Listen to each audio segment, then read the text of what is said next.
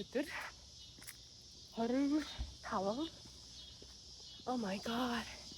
Хамгийн одоо энэ сэргийцээ хамгийн ихнийхээ бабыг орчоод явж гин. Тэгээд оройны лабораторид болохоор нэлээд цаанга юм байна. Амар ядарч байна. Тэгээд яг л бодсон шиг л байлаа.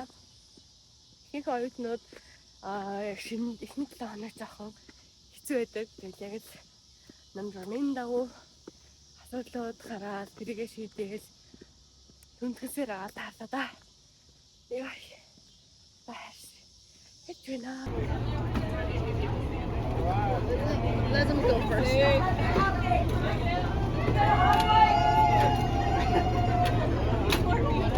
All right.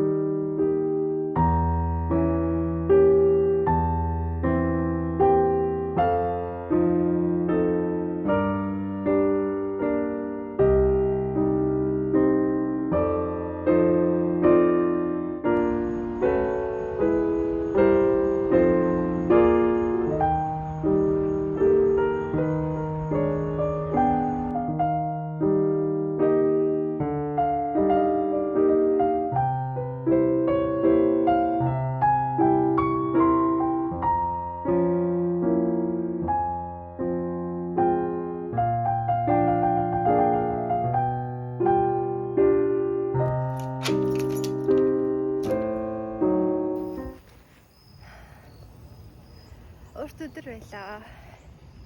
Өнөөдрийн лаборатори амар олон юм хийх юмтай.